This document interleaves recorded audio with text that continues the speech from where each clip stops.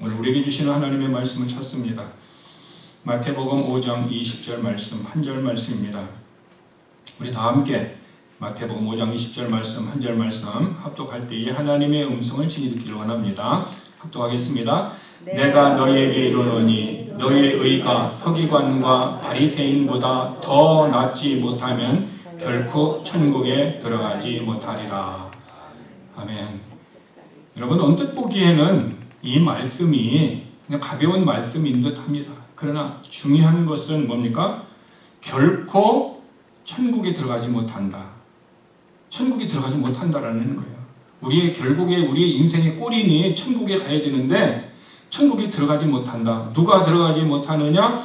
바리새인, 서기관들보다 의가 더 낫지 못하면, 그들의 의가 있는데 그들의 의보다 저와 여러분이 더 낫지 못하면 결코 천국에 들어가지 못한다. 이것이 주님의 제자들에게 내리신 선언입니다. 그러면 우리들도 여기에 포함되어 있다는 것입니다. 자, 그러면은 우리는 여기에서 바리새인들과 서기관들의 의를 우리가 살펴봐야 된다는 것입니다. 저는 오늘 교회에 왔습니다. 근데 이상하게 제 마음이 무거웠고 몸도 무거웠고 머리는 좀 무거웠습니다. 그래서 커피 한 잔을 마셨음에도 불구하고 여전히 카페인의 효력은 저의 몸에 발휘하지 못했습니다. 그래서 지친 몸으로 기도를 하고 있었습니다. 기도하는 중에 기도를 내가 하는데 갑자기 어떤 생각이 제게 왔습니다.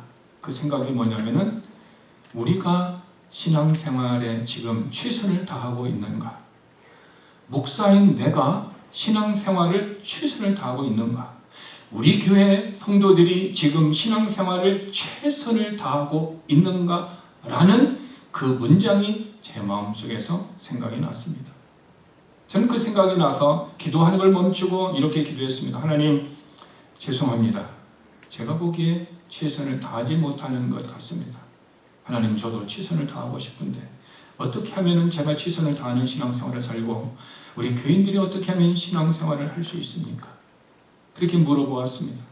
그리고 하나님께 저는 이렇게 기도했습니다. 하나님, 우리 교회가 새로운 모습으로 주님 앞에 서기를 원하는데 그럼에도 불구하고 그렇게 기도하고 있음에도 불구하고 여전히 우리들은 전도하고 있지 못하고 있고 여전히 우리는 예배를 다 드리지 못하고 있습니다. 하나님, 어떻게 해야 합니까? 하고 고요한 마음으로 저의 간절한 마음을 하나님 앞에 알려드렸습니다. 그리고 난 다음에 저는 이렇게 기도했습니다. 하나님, 저에게 전도할 수 있는 열정을 주세요. 제가 과거에 전도하지 아니하면 잠을 잘 수 없을 정도의 그 괴로움을 주셔서 내가 영혼을 바라보며 그 영혼을 향하여 전도할 수 있는 그렇게 기도하고 그렇게 살았던 저의 열정을 저에게 다시 한번 회복시켜 주세요. 제가 그렇게 하나님 앞에 기도를 했습니다. 그러면 하나님, 제가 지금 당장 이 이민 생활에서 이민교회의 현실 속에서 우리의 환경 속에서 어떻게 하면 우리가 그렇게 전도할 수 있습니까? 하고 또 물어봤습니다. 근데 제 마음속에 이런 생각이 들었습니다. 내가 H마트에 매일 나가서 그들에게 전도할 수도 없고 한국 사람이 뿔뿔이 헤어져 있어서 내가 어떻게 전도하면 좋을까? 내가 어떻게 하는 것이 가장 선한 것일까? 라는 것을 제가 주님 앞에 기도했을 때 제 마음속에 이런 생각이 들었습니다. 우리가 전도 콘텐츠 영상을 만들어서 우리 교회의 그 전도 콘텐츠 영상을 보면서 사람들이 진리의 갈급함이 있고 진리를 알고 싶어하는 자들에게 그들에게 복음을 전하면 어떨까라는 그런 생각이 이것이 1년 전에도 있었고 그 이전에도 있었지만 다시 한번 저의 마음속에 그런 생각이 들었습니다. 그래서 하나님, 내가 먼저 할 수 있는 것부터 전도하겠습니다. 내가 지금 만나는 사람들 중에 내가 함께하고 있는 사람들 중에 아직 예수 그리스도를 모르는 사람들에게 예수 그리스도를 안다 할지라도 반쪽짜리의 진리의 지식을 가지고 있는 그들에게 내가 진리를 정해서 복음을 전했으면 좋겠습니다. 하나님, 저에게 힘을 주세요 하고 제가 그렇게 기도했습니다. 그렇게 기도했더니 아팠던 머리가 하나도 안 아파요. 힘이 빠졌던 제 몸이 새 힘을 얻는 것 같이 다시 마음에서 뜨거움이 오면서 다시 회복된 모습을 느꼈습니다. 그래서 제가 다시 설교할 수 있는 용기를 가졌고 다시 설교할 수 있는 힘을 제가 얻었습니다. 이 아침에 주님이 저에게 오셔서 저로 하여금 힘들어 지쳐있는 저에게 다시 위로를 주시고 다시 복음을 증거할 수 있는 그런 마음을 주셨습니다. 왜 주님이 나에게 아침에 그런 마음을 주셨을까 생각을 해보았습니다. 그것은 우리가 신앙생활을 할 때 최선을 다하지 못하고 있다는 것은 반쪽짜리의 진리의 지식 때문이라는 것입니다. 우리가 반쪽짜리가 아니라 온전한 진리의 지식과 온전한 믿음을 가지고 있다면 우리는 어떻게 해요? 힘들어하지 않고 힘들어서 우울증에 걸리지 않고 그것 때문에 우리의 삶이 낭망하고 좌절할 것이 아니라 항상 독수리가 날개치며 올라감과 같은 그런 새 힘을 주님께서 주실 줄 믿습니다. 그래서 우리는 반쪽짜리 신앙으로 삶이 힘듭니다. 그러나 온전한 진리의 지식을 가지고 성령의 도움을 받고 성령의 능력을 받으면 우리의 신앙생활에 새 힘이 되며 사람이 많고 적음에 상관없이 우리는 하나님을 예배하며 우리는 하나님을 찬양하며 우리는 하나님 앞에 믿음으로 나가게 될 줄 믿습니다. 저는 지난주에 반쪽짜리 진리의 지식을 가졌던 한 사람을 소개했습니다. 그것은 돌로메의 아들 나다네엘입니다.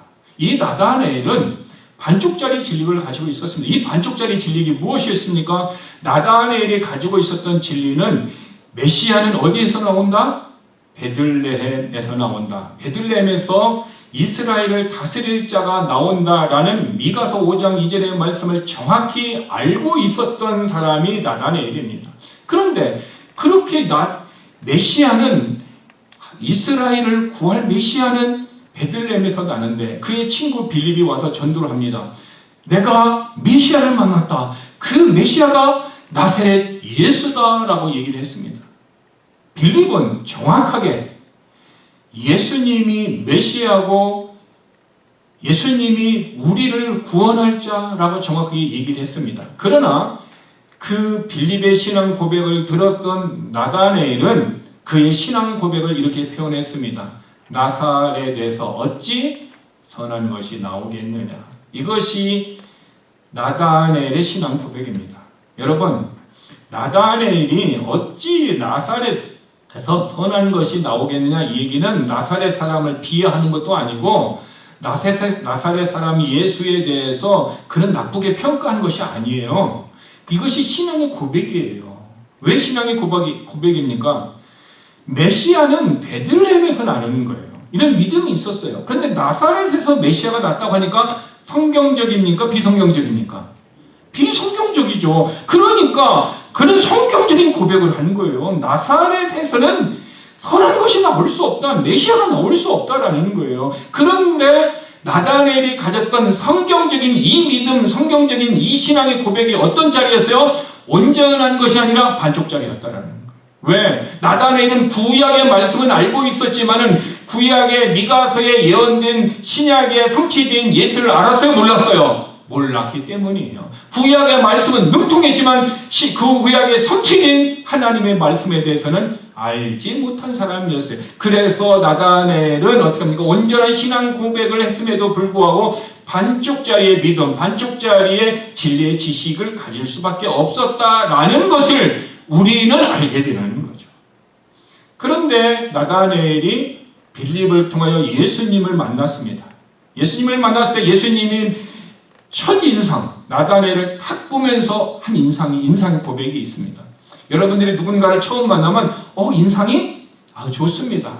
이렇게 표현할 수도 있고 내가 보기에는 인상이 누구를 닮은 것 같습니다 하면서 우리는 인상을 표현할 수 있습니다. 그런데 어떤 사람의 인상은 아무 말하지 않습니다. 왜냐하면 자기 마음이 그 인상을 보니까 조금 마음이 불편할 수 있기 때문에 말을 하지 않을 수 있습니다. 그런데 빌립이 나다네에게 복음을 전하고 예수님을 만났을 때 예수님이 그를 향하여 첫 번째 고백이 뭐였습니까? 내 속에 간사함이 없도다. 내 속에 간사함이 없도다. 즉 여기에서 우리가 앞에서 읽어보았던 베드로전서 1장 17절 하나님은 사람들의 외모를 중시하지 않는다 이 말씀을 그대로 예수님은 고백하는 거예요. 예수님은 나다네엘이 화려한 어떤 성경을 많이 알고 있는 것을 얘기하는 것이 아니라 너의 속에 간사함이 없다라는 거예요. 간사함이란 뭡니까? 항상 원칙 중심으로 신앙생활을 하면서 좌로나 우로나 자기 이익에 따라서 움직이지 않는다라는 거예요. 요사이 현대인 크리스찬들은요, 자기 이익에 따라서 이 교회 갔다 저 교회 갔다 한다라는 사실을 모르는 사람은 아무도 없습니다. 비즈니스 하는 사람이 큰 교회를 선호하는 이유가 뭡니까? 내가 그곳에 가면 그 사람들이 나의 잠정적인 고객이기 때문에 이것이 뭐예요? 마케팅이 되는 것입니다. 세탁소를 하던 어떤 것을 하던 한국 사람들이 좀 내게 좀 도움을 주겠지. 그래서 선택해서 교회를 가는 크리스찬들이 적지 않다는 것을 알고 있습니다. 또한 유스나 대학생들에게 있는 부모들은 어떻게 합니까? 그 교회에 어떤 유스나 대학생의 프로그램이 있고 또한 그들에게 체육관이 있어서 사람들이 그곳에서 나와서 우리의 자녀들이 마음껏 어떤 비전 트립도 하는 단기 선교도 가며 지식을 넓힐 수 있으며 또한 교회 내에서도 마음껏 운동하고 교제권일 수 있는 그런 체육관이 있고 그런 사이즈 있는 교회를 가려고 하는 이런 우리들의 중심이 있는 이 이익에 따라서 교회를 움직이는 사람들이 적지 않게 있다라는 것을 우리는 압니다. 때로는 어린아이를 둔 자녀들은 교회에 예배를 가니까 조그만 교회 가니까 어린아이들은 뒤에서 예배 드려야 되고 누가 태극해 하지도 못하고 또한 어머니도 애 때문에 제대로 예배를 드리지 못하는 이런 열악한 환경 속이 싫기 때문에 애들은 애들대로 예배를 잘 드리고 나는 나대로 예배에 성공할 수 있는 이런 교회를 찾다 보니까 유스나 어떤 칠드런 프로그램이 있는 그런 부속 건물이 많은 교회로 찾아가는 것이 현실이고 우리 크리스찬들의 사정이라는 것을 모르는 사람이 아무도 없습니다. 그럼 성경은 우리들에게 그것을 따라서 신앙생활을 할 수 있도록 그렇게 하라고 우리에게 얘기해 주셨는가? 주님은 그랬습니다. 사람은 외모를 보지만 하나님은 외모를 중시하지 않습니다. 그래서 하나님은 나다네엘을 통해서 첫 번째 인상이 내 속에 간사함이 없다. 네가 이익에 따라서 이리 가고 이익에 따라서 이리 가고 왔다 갔다 였다 갔다 이런 삶이 아니라 초질간 원칙에 따라서 하나님의 말씀의 원칙에 따라서 바르게 살려오는 그 중심의 삶을 나다니엘이 가지고 있었고 그것을 주님은 보았고 그리고 제자들 앞에서 주님은 그에게 칭찬을 해주었습니다. 물론 나다니엘이 단점이 없는 것은 아닙니다.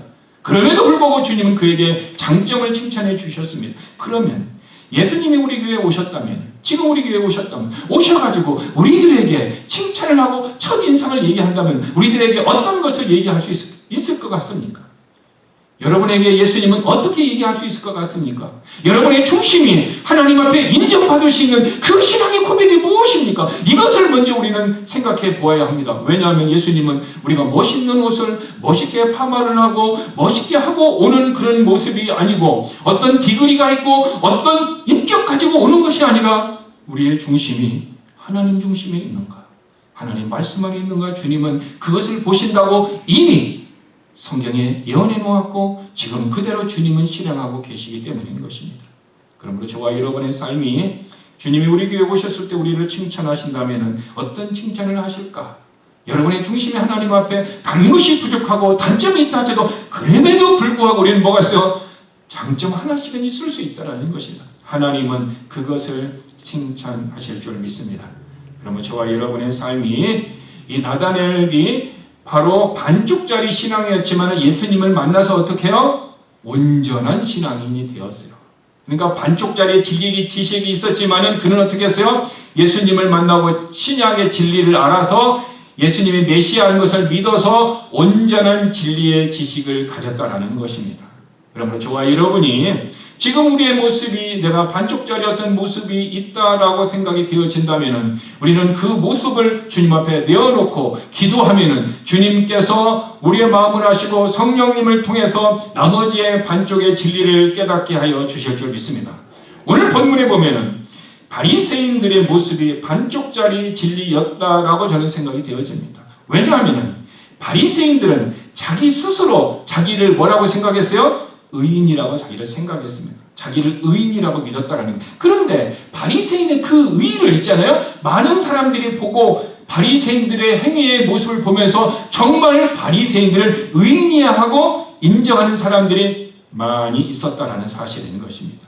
그러니까 바리새인들은 자기 스스로도 내가 의인이고 다른 사람들도 바리새인들을 의인이라고 그들은 여겨지고 있는 것이 신약의 상황인 것입니다. 바리새인들이 왜 이런 모습으로 인정받을 수 있었을까요? 바리새인들이라는 얘기는 구별되었다는 거예요. 다른 사람들하고 다르게 사는 거예요. 이분들은 대개 어떻게 합니까? 모세 율법, 창세기, 출애굽기, 레위기, 민수기, 신명대로 어떻게 합니까? 거의 암송하는 사람이에요. 암송할 뿐만 아니라 그대로 살아가는 사람이에요. 그래서 바울은 얘기하고 나는 바리새파에 속해 있고 율법에 흠이 없는 자였다. 모세의 율법을 정확하게 암송하고 있을 뿐만 아니라 그것을 100% 지키는 사람이었다는 거예요. 이만큼 바리새인들의 삶은 우리하고 다릅니다. 전적으로 다릅니다. 그래서 당시의 사람들이 바리새인들의 의를 어떻게 해요? 인정해 줄 수 있었어요. 그런데 주님은 이 바리새인들의 모습을 보고 주님의 제자들에게 오늘 뭐라고 너희에게 이르노니 주님의 제자들에게 말씀하는 거예요.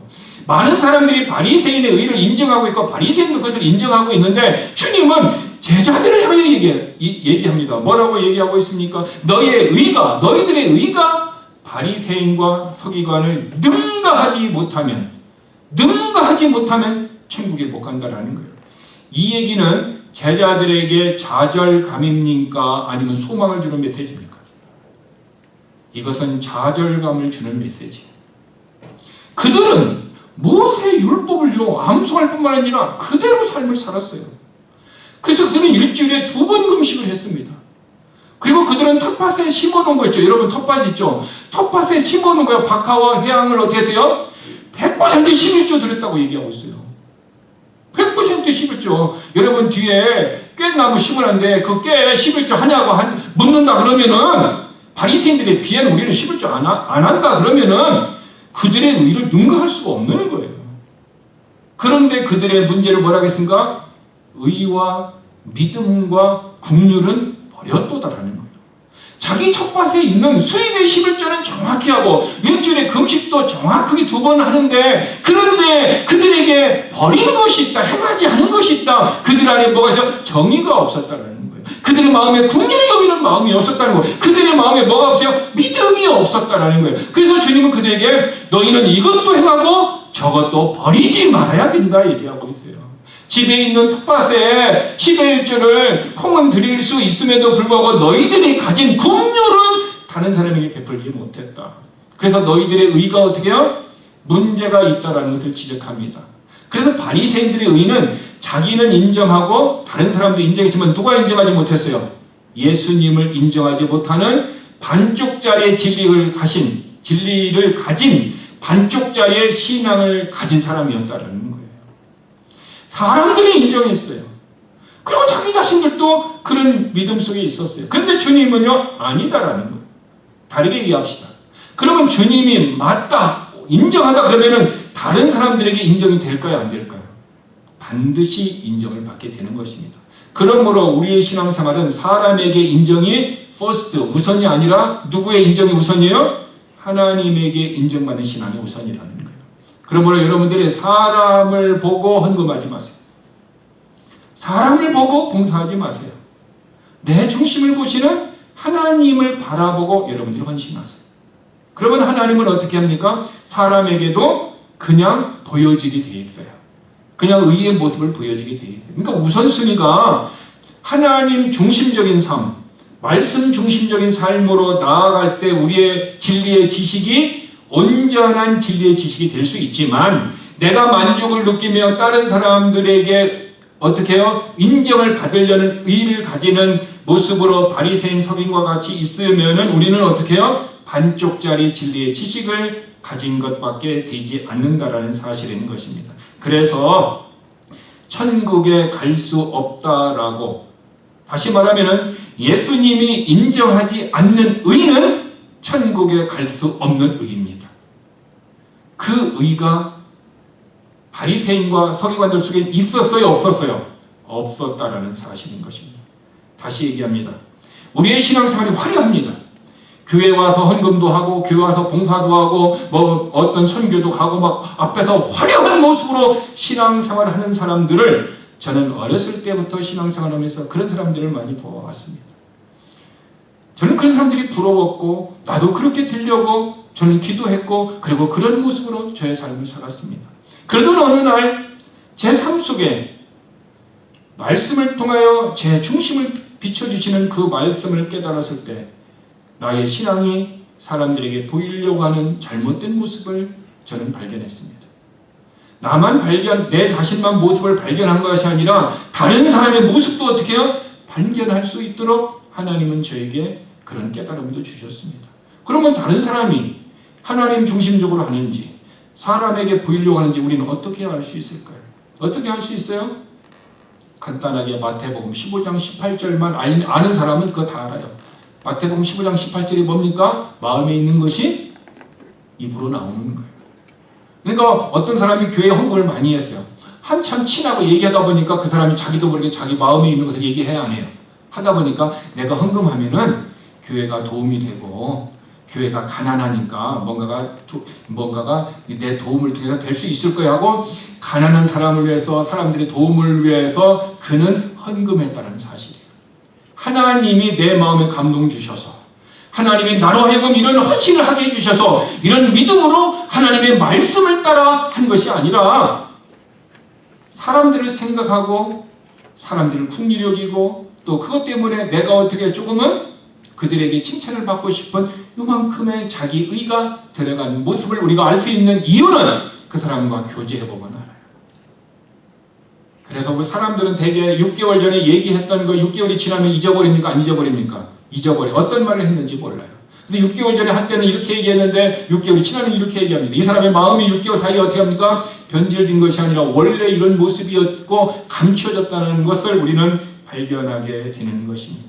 그러므로 우리는 반쪽짜리의 진리의 지식을 아는 사람과 또한 하나님의 진리의 의를 모르는 사람들은 바리새인과 서기관들과 같이 살아가는 삶으로 살 수밖에 없다는 것입니다. 그러면은 바리새인의 의를 행위를 통해서 얻었다라는 사실 모르는 사람은 아무도 없어요. 그렇죠? 우리는 다 알고 있어요. 왜? 여러분들이 신앙생활이 최소한 권사님 정도 됐다라는 분을 최소한 예수를 믿은 지 20년, 30년, 40년, 때로는 50년, 60년, 70년이 넘은 사람이 있을 수 있어요. 그러면은 이 설교를 엄청나게 들어보았고 다 알고 있어요. 어떤 사람은요, 목사님이 본문을 딱 읽으면 오늘 설교는 이렇게 진행될 거야 하고 속으로 자기 스스로의 자기 의해서 프로그램이 진행이 됩니까? 안 됩니까?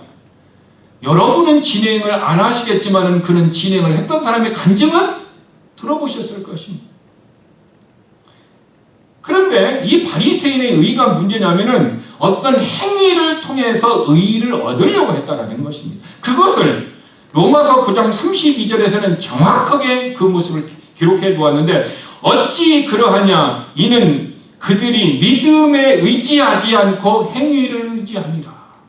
믿음을 의지하지 않고 자기의 행위, 사람들에게 보이려고 하는 사람 중심 중에 행위를 했기 때문에 그들의 삶은 내가 많은 행위를 했기 때문에 의롭게 되었다라고 생각한다라는 것입니다. 그러면 우리가 의롭게 되는 것이 행위를 통해서 의롭게 된다라고 가르치는 교회들이 있습니까? 없습니까?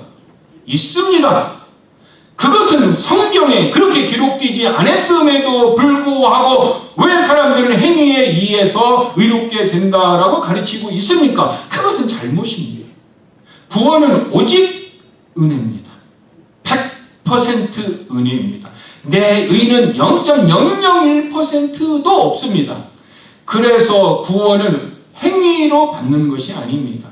그러나 캐토릭에서는 구원을 믿음과 플러스 뭐예요? 행위가 있어야 구원을 받는다. 그래서 그 행위를 강조해서 성도들에게 헌금을 요구하고 있는데 그 헌금의 요금이 중세시대 때 무엇으로 만들어냈습니까? 너의 헌금을 딱 드릴 때 딸랑 하는 소리가 나는 순간 너의 부모가 어디에 있어요? 연옥에 있는 부모의 의가 조금씩 자라가지고 연옥에 갔던 그 여러분의 부모의 의가 차면 어디로 간다? 천국으로 간다라는 이 이론을 추기경이 만들었고 그 추기경의 이론을 교황이 채택을 했고 교황이 채택한 것을 지금 전 캐토릭이 중세에 만들었던 잘못된 이론의 교리를 지금 그들은 행하고 있다라는 것을 책 한 권만 읽으면 다 알 수가 있습니다. 이것은 모르는 역사가 아닙니다. 다 아는 역사입니다. 그럼에도 불구하고 사람들은 계속 그 얘기를 듣다 보니까 어떻게 해요? 구원은 의롭게 되는 것은 믿음과 행위가 있어야 되는구나. 오늘날에도 많은 사람들이 행위를 가르치는 교회들이 있습니다. 그래서 환난 시대에는 어떻게 된다? 666을 받지 않아야 되고 666을 받지 않을 뿐만 아니라 내 믿음을 끝까지 지켜야 구원받는다. 그래서 또 다른 사람을 도와줘야 된다라는 이런 행위를 강조하는 사람들이 있습니다. 아닙니다. 그것을 통해서 우리가 구원받는 것이 아닙니다.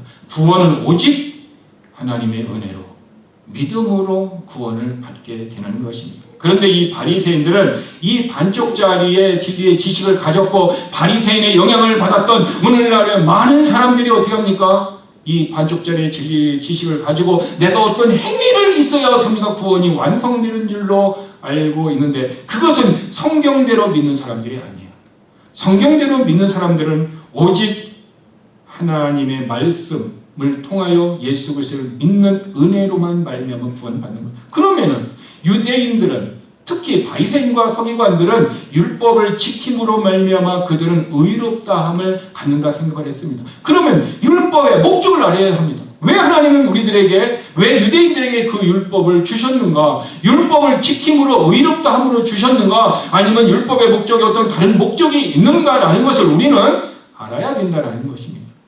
구약에서는 율법의 목적을 정확하게 가르쳐주고 있지 않습니다. 그러나 신약에 와서 로마서 3장 20절에서는 율법의 목적을 정확하게 가르쳐주고 있는데 율법의 행위로 그의 앞에 의롭다 하심을 얻을 육체가 없다. 율법의 행위로는 의롭다 하심을 받을 육체가 사람이 없다라는 거예요. 분명히 율법을 통하여 의롭게 되고자 하는 바리새인과 서기관들이 있었음에도 불구하고 신약에 와서는 어떻게 했습니까? 율법으로는 그 앞에 의롭다함을 얻을 육체가 없다라는 거예요. 그러므로 바리새인들은 성경을 구약은 알았으나 신약은 알았어요? 몰랐어요? 몰랐다라는 것입니다. 그 다음에 이렇게 나옵니다. 율법으로는 죄를 깨달음이라. 율법의 목적은요, 죄를 깨닫는 데 있어요. 율법에 도둑질을 하지 말라. 그럼 도둑질을 해서 도둑질 하지 말라라는 것을 몰랐으면 도둑질을 하고서 이것이 도둑질인지 아닌지 알아요? 몰라요? 모르는 거예요. 도둑질 하지 말라라는 말씀을 알았기 때문에 내가 이거 도둑질 하니까 이것이 죄라는 것을 깨닫게 되는 거예요. 그래서 율법을 모르면은 내가 어떻게 합니까? 죄를 깨닫지를 못하는 거예요. 그래서 많은 사람들이 하나님의 말씀을 모르기 때문에 자기가 행한 것과 다른 사람이 행한 것을 어떻게 해요? 반대적으로 해석합니다. 그 반대적으로 해석하는 우리나라 사람들이 주로 쓰고 있는 내자로 쓴 단어가 뭐예요? 내로남불이라는 단어가 있어요. 내로남불이라는 단어가 있어요. 그것은 다른 사람에게 잣대는 어떻게 하면 이렇게 되고 나의 잣대는 이렇게 되고 잣대가 어떻게 합니까? 왔다 갔다 해요. 이를테면은 한국에 어떤 항구에서 회를 물고기를 팔아갖고 회를 먹게 하는 장사하는 사람들이 저울이 있는데 저울이 어떻게 해요? 전체적으로 어떻게 해요? 만약에 이거 하나를 올려놓으면은 100g인데 딱 올려놓으면 몇 g으로 나와요? 120g으로 나오는 거예요. 그러니까 사는 사람은 항상 몇 g이 손해요? 20g에서 왜? 저울을 그렇게 세팅해놨어요. 저울이 어떻게 해요? 늘어났다 줄어들더라 하는 거예요. 그것이 한국 사람에게만 있는 게 아니라 구약의 유대인들도 그런 삶을 살았고 오늘날의 많은 사람들이 그런 모습으로 있는 이유가 무엇일까요? 예레미야에서 보니까 사람의 마음을 얘기하고 있는데 사람의 마음이 썩었다. 그리고 사람들은 항상 거짓말쟁이라는 거예요. 여러분, 사람의 마음은 썩었고 사람의 마음은 거짓말쟁이기 때문에 그러면 사람을 신뢰하지 마라, 신뢰하라? 신뢰하지 말라라는 거예요. 오직 하나님만 신뢰하라고 시편에서 얘기하고 있어요. 그러면 우리가 사람을 신뢰합니다. 사람을 신뢰하니까 그 사람 때문에 뭐가 왔어요? 때로는 배신감을 느끼기도 하고 때로는 상처를 입기도 한다는 거죠. 그럼 왜 우리가 사람을 신뢰하는 것은 잘못이 없는데 왜 내가 상처를 입고 왜 그 사람 때문에 내가 왜 힘들어하고 그 사람 때문에 왜 내가 고통을 당해야 합니까? 그 사람을 내가 죄가 있다면 신뢰하는 것밖에 없는데 왜 우리는 신뢰한 것으로 말미암아 우리의 마음이 아파야 합니까? 간단합니다. 성경의 말씀을 위배했습니다. 무슨 말씀을 위배했어요? 성경이 분명히 했어요. 사람을 신뢰하지 말라.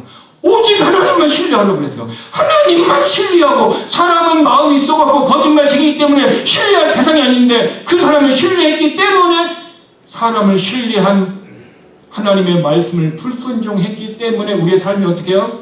그것에는 배신감을 느끼고 고통을 느끼고 아픔을 느끼는 거예요. 진리의 말씀을 온전히 알았더라면 하나님만 신뢰하라는 말씀이 알았더라면 사람을 신뢰하지 않았을 텐데, 사람을 하나님과 같이 신뢰했기 때문에 그 사람을 통해 우리는 뭡니까? 대가를 받는 거예요. 그것이 상처고 배신감이고 아픔이라는 사실인 것입니다.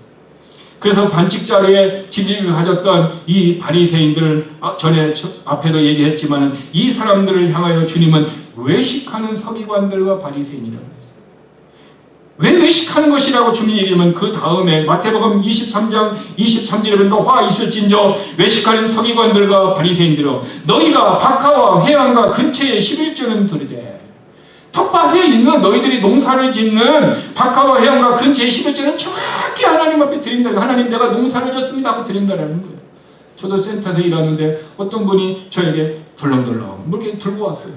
들고 와서 목사님하고 드리는 거예요. 뭡니까? 하고 물어봤더니 내가 밭에서 농사를 지은 첫 열매입니다. 오이 2개하고 호박 1개를 가지고 왔어요. 근데 바리새인들은 자기 텃밭의 것은 정확히 11조를 드립니다. 그런데 더 중요한 것이 있다는 거예요. 더 중요한 것이 뭐예요? 정의와 긍휼과 믿음은 버렸다는 거예요. 하나님이 원하시는 것은 이것도 행하고 저것도 행하고 저것을 버리지 말아야 된다는 거예요. 근데 바리새인들은 자기가 원하는 것은 다른 사람들에게 보이려고 하는 것은 드리면서 내 마음에서 일어나는 의, 정의와 믿음과 긍휼을 어떻게 해요?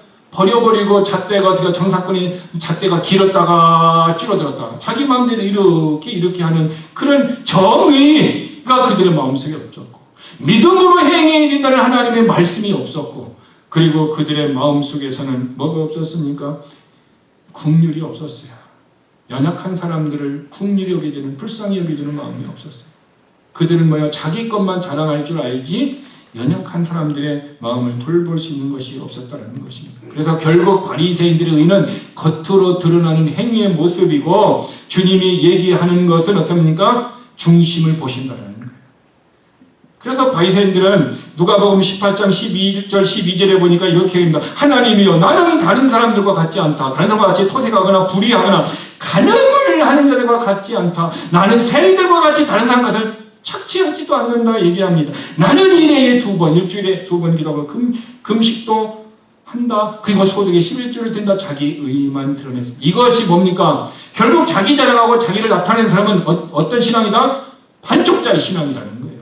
반쪽짜리 지식을 가졌다라는 거예요. 오늘날에도 이 바리새인과 서기관들은 유대 땅에서만 살고 있지만 바리새인과 서기관들의 그런 신념을 따라서 교회당 안에 현 시대에도 있다라는 사실을 우리는 기억해야 합니다. 어쩌면 우리는 여기 서 있는 목사가 우리 앉아있는 우리 교인들 중에서도 우리도 다른 사람에게 보이려고 하는 이런 외식적인 모습이 우리 안에 있다면 우리의 신앙은 반쪽짜리의 진리 지식을 가진 자고 하나님의 온전한 신앙생활을 할 수 없는 것이라는 것입니다. 그러면 하나님의 올바른 의를 우리가 어떻게 가질 수 있을까요? 바리새인보다 서기관들보다 그들의 의를 능가할 수 있는 천국에 들어갈 수 있는 그 의는 어떻게 우리가 소유할 수 있을까요? 어떻게 우리는 그 의를 가짐으로 말미암아 하나님의 은혜로 천국에 갈 수 있을까요? 어떻게 하면 하나님이 인정하는 그 의를 우리가 가질 수 있을까요? 하나님이 인정하는 그 의를 가지고 있으면 우리는 사람들에게도 인정받고 내 자신에게도 감사하시는 이 의를 우리는 어떻게 가질 수 있을까요? 로마서 3장 23절은 정확하게 우리에게 답을 주고 있습니다. 그러므로 사람이 의롭다 하심을 얻는 것은 율법의 행위에 있지 않고 정확하게 얘기합니다. 율법의 행위에 있지 않다라는 거예요. 행위를 구원을 받는 것이나 의롭게 되는 것은 행위에 있지 않다라고 성경이 분명하게 얘기하고 있음에도 불구하고 오늘날 캐토릭은 그들에게 헌금을 강조하며 구제를 강조하며 헌신을 강조하면서 행위를 강조하고 있습니다. 그것이 의를 얻게 하기 위해서. 이것은 성경적인 믿음이 아니고 성경대로 믿는 사람들이 아닙니다. 그러면은 율법의 행위에 있지 아니하면 어떻게 우리가 인정함을 받을 수 있습니까? 로마서 3장 28절에 믿음으로 되는 줄을 우리가 인정해요. By faith.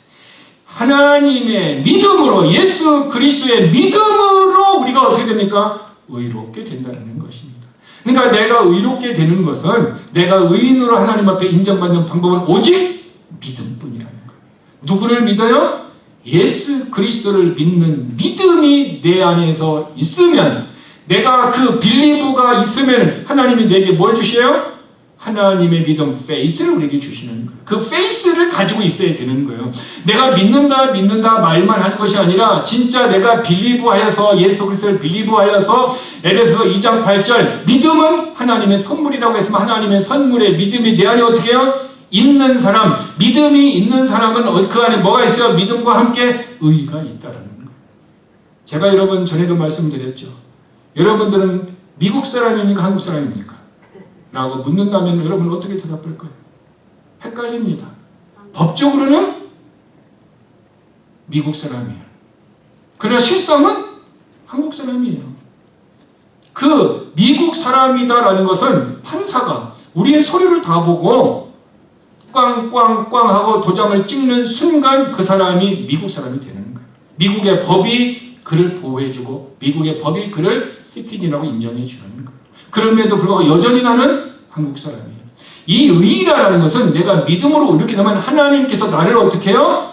여전히 우리는 죄인이고 여전히 우리는 죄를 지을 수밖에 없고 여전히 우리는 죄 속에서 살고 있음에도 불구하고 하나님의 법이 우리를 어떻게 해요? 의인으로 일컬음을 줬다라는 거예요. 그러므로 우리가 의롭게 되는 것은 오직 믿음으로 된다라는 사실을 알아야 됩니다. 근데 믿음 외에 다른 것이 행위가 필요하다면 그것은 반쪽짜리의 신앙을 가진 사람입니다. 우리가 믿음으로 이롭게 됩니다. 그래서 갈라디아서 2장 16절에 보면은 사람이 의롭게 되는 것은 율법의 행위로 말미암음이 아니요 오직 예수 그리스도의 믿음으로 말미암은 줄 아노니. 영어로 하면 by the faith, 믿음을 통해서 믿음으로만 내가 어떻게 돼요? 의롭게 된다라고 성경은 얘기하고 있습니다. 그러면 우리는 내 안에 그 페이스, 하나님의 믿음이 내 안에 있는지 없는지 우리는 어떻게 돼요? 고린도후서 13장 5절의 말씀에 따라 점검해 봐야 되는 거예요. 내 안에 그 믿음이 있다는 것은 뭐가 있어요? 하나님이 인정하는 의가 있고, 의가 있는 사람은 바리새인과 서기관보다 그들의 의를 능가하기 때문에 어디에 가요? 천국에 간다라는 것입니다.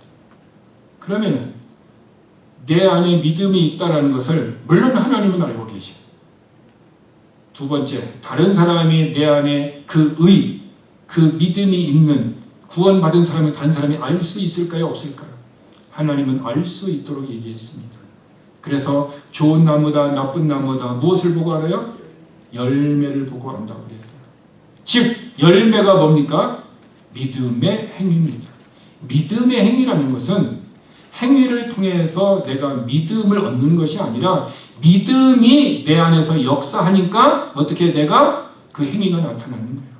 오늘 우리는 예배 전에 찬송가가 기도송이 나왔어요. 기도송에 이런 것이 있었습니다. 내 주를 가까이, 그 다음에 뭐예요? 하려함은, 이게 나오고요. 하게함은. 우리 찬송가의 역사 중에서 이 하려 하는 것인가 하게 하는 것인가, 이 두 단어를 가지고 씨름한 역사가 있습니다. 하게 하는 것과 하려 하는 것은 무슨 차이가 있을까요? 똑같을 수 있습니다. 그러나 그것은 달라요. 주체가 하나님이 되어서 성령이 나로 하여금 하게끔 하는 건지 내 스스로 하는 건지 이 차이라는 거예요. 물론 내가 하지만 궁극적으로 성령님이 역사에 의해서 하는 건지 바리새인과 같이 나를 자랑하려고 주체가 내가 되어서 하는 건지 다르다라는 거예요. 하나님의 일을 할 때 성령님이 내 안에서 감동을 주어서 하는 사람과 바리새인과 서기관과 같이 다른 사람에게 의의를 드러내려고 하는 것은 차이가 있어요. 내가 하나님을 가까이 하는 것은 성령님이 내 안에 인도하여 주셔서 내가 어떻게 해요? 예배자로 나오는 거예요. 내가 오늘 예배를 드려서 내가 교회에 갔다가 폼 잡으려고 내 의의를 드러내려고 교회에 나오는 사람도 있겠지만, 그러나 온전한 사람들은 성령님이 내 안에서 예배자로 나올 수 있도록 마음을 감동했기 때문에 궁극적으로 내가 성령의 감동에 내 혼이 내 육신을 이끌고 예배자로 나왔다라는 거예요. 그래서 하려 함과 하게 하는 것은 틀리다라는 거예요. 주체가 나냐 주체가 성령님이냐의 차이에 따라서 달라진다라는 것입니다. 그러므로 크리스천들은 누가 주체가 되어야 합니까? 하나님이 주체가 되어야 돼요. 하나님이 주체가 되려면 우리는 반쪽짜리의 진리의 지식을 가지고서는 안 된다라는 거예요. 반쪽짜리의 진리의 지식은 어떻습니까? 결국 나를 드러내는 것입니다. 그러나 온전한 진리의 지식은 성령님이 내 안에서 역사를 하는 거예요. 그러므로 여러분 주일 아침에 일어나가지고 성령님이 오늘 교회 가지 말고 집에서 쫙 가장 세상에서 편하게 누워있고 가장 맛있는 음식을 오다해서 너는 집에서 편히 즐겨라 하고 성령님이 여러분에게 그런 음성을 주시면 절대로 여러분 교회 나와서는 안 됩니다. 근데 성령님은 이미 그 말씀을 하시기 이전에 어떻게 했어요? 모이기에 힘쓰고 하나님을 예배할 때 영과 진리로 예배하라는 말씀을 이미 예언의 말씀이 있기 때문에 우리는 그것을 물어볼 필요가 있어요? 없어요? 물어볼 필요가 없는 거죠.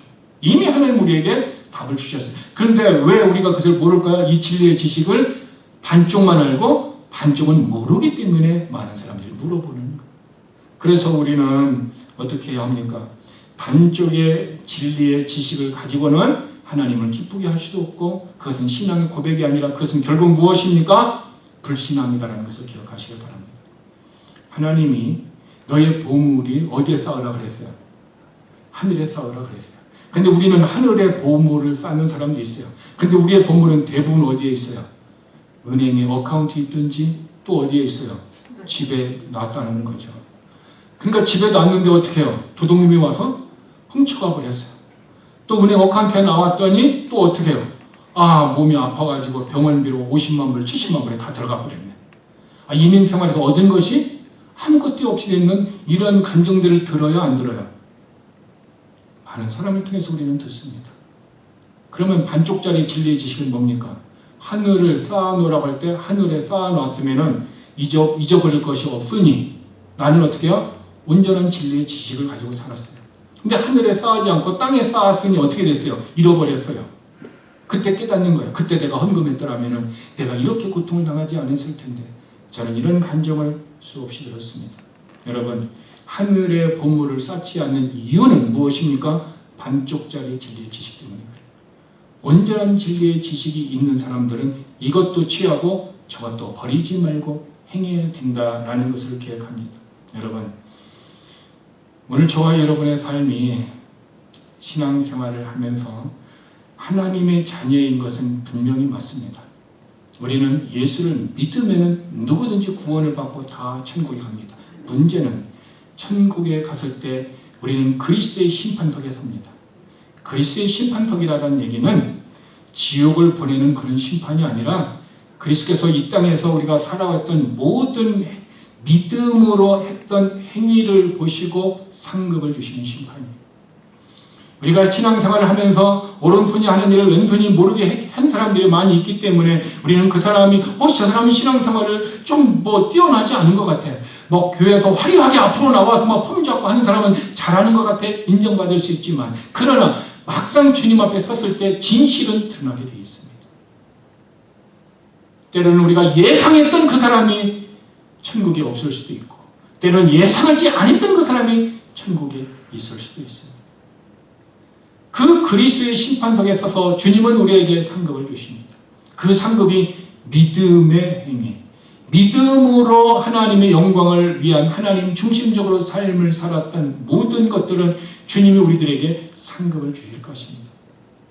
그런데 이 땅에서 구원은 받았지. 그러나 반쪽짜리 믿음을 살면서 어떻게 해요?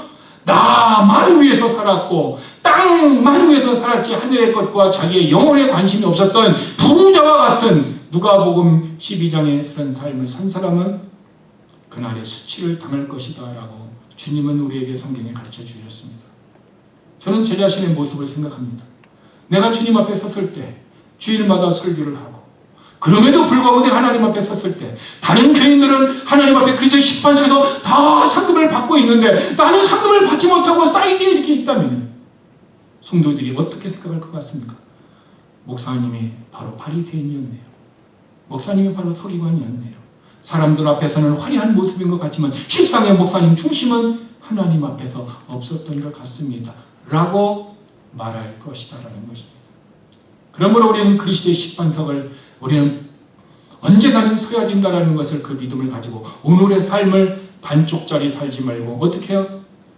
온전한 진리의 지식을 가지고 살아야 되는 것입니다. 어쩌면은 오늘 설교가 여러분들의 마음에 부담이 될 수도 있습니다. 때로는 목사가 설교를 할 때 주님의 말씀은 이것도 하고 저것도 해야겠지, 이것을 하고 저것도 행하지 않는 그런 설교는 잘못된 것입니다. 왜냐하면 사도행전 20장 27절에 보면 이는 내가 꺼리지 않고 하나님의 말씀을 다 여러분들에게 전하였습니다.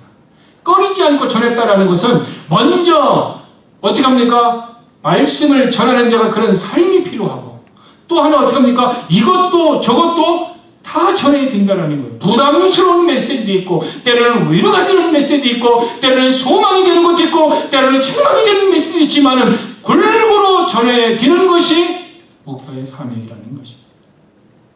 그러므로 저와 여러분들의 삶이 때로는 하나님의 말씀이 우리에게 부담이 되고 힘들 때가 있어요. 그때 하나님의 말씀을 듣고 있다가 일어나서 나가야 되나, 계속 내가 앉아야 되나, 이렇게 여러분의 마음을 흔들리게 하는 이런 강한 메시지가 여러분의 삶에 있을 수도 있습니다.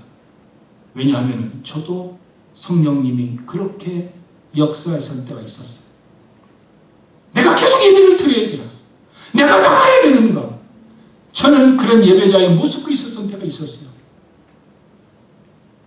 그러나 내가 그 자리를 다치고 일어나서 나갔더라면 저는 지금도 평생의 후회를 해줄 것입니다. 그러나 끝까지 하나님의 말씀을 듣고 하나님이 내게 어떤 말씀을 하시는가, 내가 원하는 것은 위로의 메시지였지만 그러나 하나님의 말씀은 책망의 메시지, 내가 원하는 것과 하나님의 니드, 하나님이 내게 필요한 것은 다르다라는 거예요. 우리는 내가 원하는 것만 원하지 하나님이 내게 필요한 니드를 우리는 어떻게 하면 체크하지 못하고 하나님의 말씀을 우리가 해 아래서 취할 건 취하고 버릴 건 버린다면 그것은 반쪽짜리 신앙이라는 것입니다. 그러면 저와 여러분은 어떻게 해야 합니까? 그럼 저와 여러분은 이 시대를 살아가면서 하나님의 말씀을 듣고 우리가 반쪽짜리 믿음을 삶을 살지 않으면 어떻게 해야 됩니까? 저는 마지막으로 디모데후서 2장 15절의 말씀을 여러분들에게 증거하고 싶습니다. 디모데후서 2장 15절을 읽어드립니다. 너는 진리의 말씀을 옳게 분별하며 부끄러울 것이 없는 일꾼으로 인정된 자로 자신을 하나님 앞에 드리기를 힘쓰라. 여기 힘쓰라라는 단어는 영어 단어는 스타디입니다. 말씀을 어떻게 해요? 공부하라는 거예요.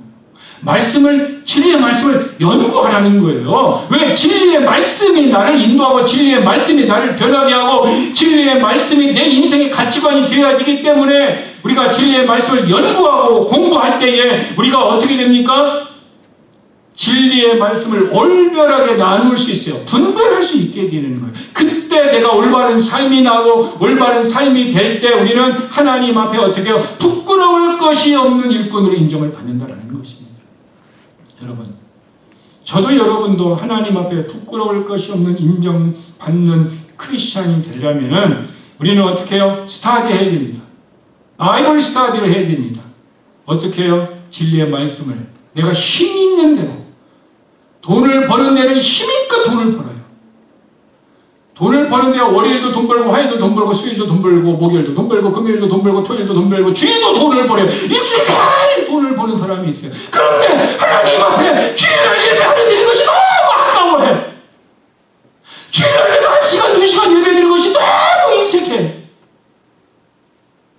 뭔가가 잘못됐다라고 생각되지 않습니까? 저는 여러분들에게 하는 것이 아니에요.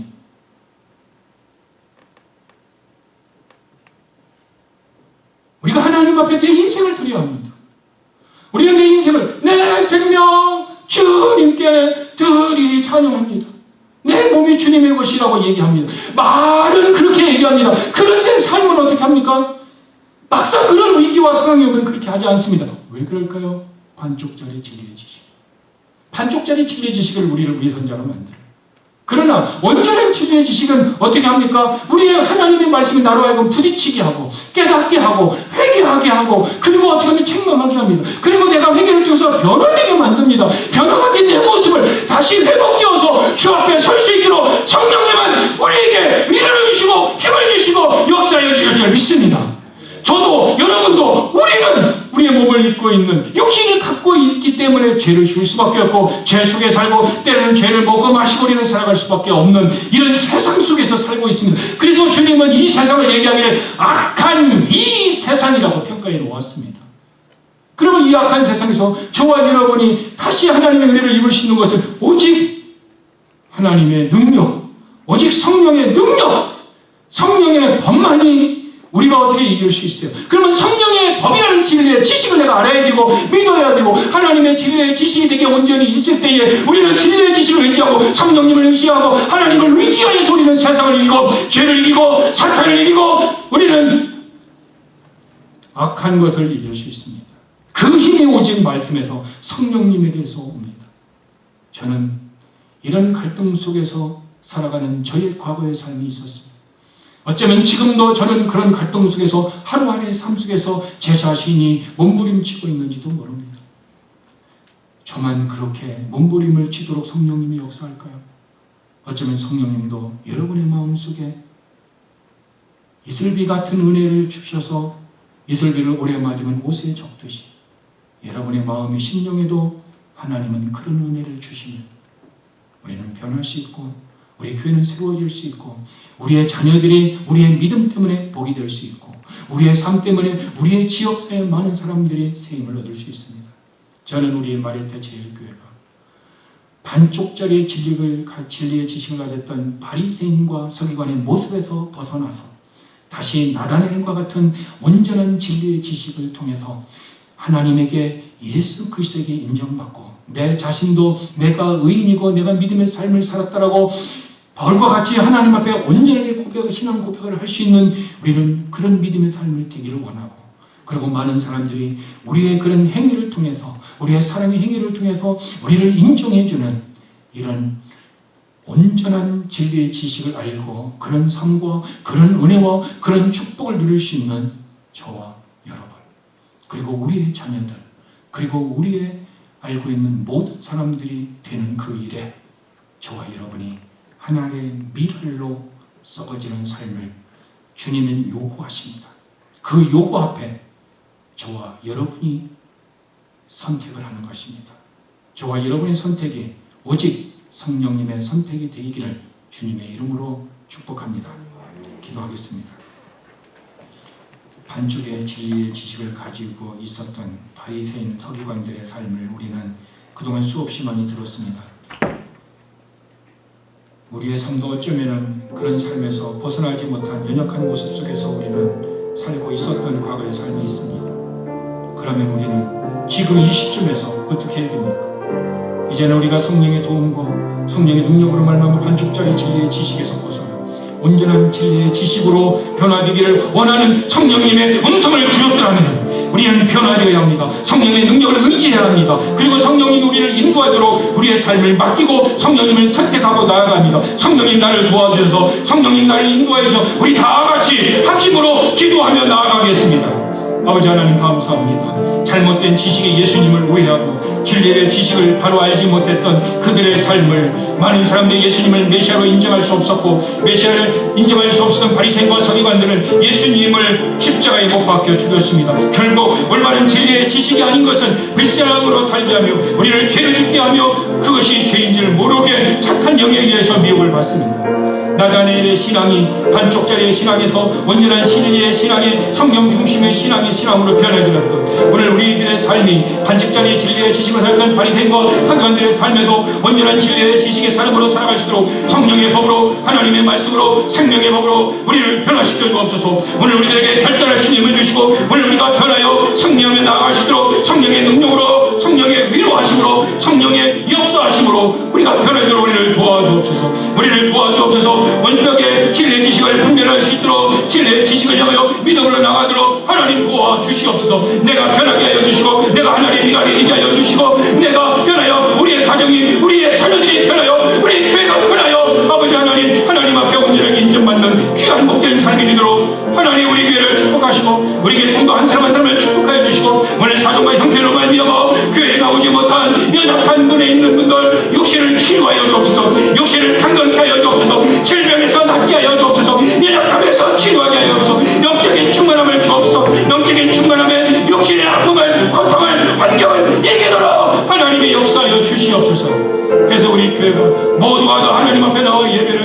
주시는 이런 기쁨과 이런 건강과 이런 환경과 이런 축복과 이런 은혜가 그리고 우리의 자녀들 또 전도하여 하나님 앞에 나아갈 수 있는 그런 교회가 되도록 하나님 축복하여 주시옵소서. 아버지 하나님, 오늘 이 시간에 우리가 하나님 앞에 나올 때 빈손으로 나오지 않고 12일 또 주일원금으로 또 감사함으로 다른 예물로 하나님 앞에 드립니다. 또 이삭과 같이 우리의 몸이 하나님 앞에 드리며 살아있는 영적 제사로 하나님 앞에 우리의 몸을 드립니다. 하나님 받아주시고 하늘의 것을 이 땅에서 마음껏 누리며 살 수 있는 하나님의 자녀로 살아가도록 아버지 하나님 믿음의 부유한 자가 되게 하여 주시고 하나님으로 부유한 자가 되게 하여 주시고 영적으로 부유한 자가 되게 하여 주시고 건강의 부유, 환경의 부유, 자녀들에게 하나님 축복의 부유, 우리 교회가 영적으로도 부유하고 많은 사람에게 복음을 증거할 수 있는 그리고 많은 사람을 품을 주님의 도로 인도할 수 있는 그런 교회가 되는 교회를 빛내는 교회, 우리 자녀들을 축복되게 하는 교회, 내 영혼이 하나님을 헌신하게 하는 교회, 주변의 사람을 믿음으로 인도하는 교회가 되도록 도와주옵소서. 그래서 하나님 앞에 드리는 우리의 예물과 우리의 믿음과 우리의 기도의 제목과 우리의 모든 삶이 뜻이 하늘에서 이루어진 것 같이 땅에서도 이루어지는 그런 축복을 누리며 감사하며 그렇게 살아가며 살아가는 우리의 제일교회 모든 성도가 되도록 축복하여 주시옵소서. 예수님의 이름으로 기도드렸습니다. 아멘.